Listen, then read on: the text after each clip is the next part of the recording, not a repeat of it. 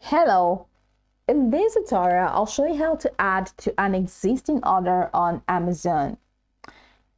Unfortunately, you cannot add items to an existing order on Amazon once it has been placed. However, you can cancel the order that's if it hasn't already been shipped, and then place a new order that includes the additional items you want. These are the steps that you can take. First off, open the Amazon web app at amazon.com and log into your account using your account credentials. Once logged in, it's going to take you to this home page.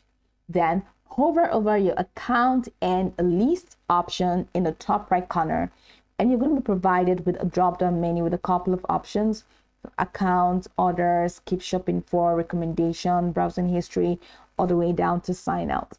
Now select orders from the drop-down menu. And that's going to take you right into the order management window, which we have in here. I have not placed an order on Amazon, so I actually have an empty list in here. So find the order you want to modify. You can use the search bar or filters to help you locate it quickly. So check the order status to see if it is eligible for cancellation.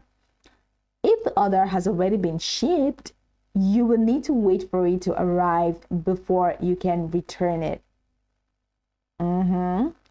So cancel the order if applicable. Click on the order details button that is next to the order, and then look for cancel items option if it is available. Select the items you want to cancel and follow the prompts to complete the cancellation process. After canceling the order, go back to the Amazon homepage and search for the additional items you want to add and add them to your cart. Once you have all the items, proceed to checkout and place your new order. If the order has already been shipped, you won't be able to cancel it. In that case, you can wait for it to arrive and then initiate a return for the unwanted items. Always check the cancellation policy and timing, as orders may have different restrictions based on the seller or shipping method.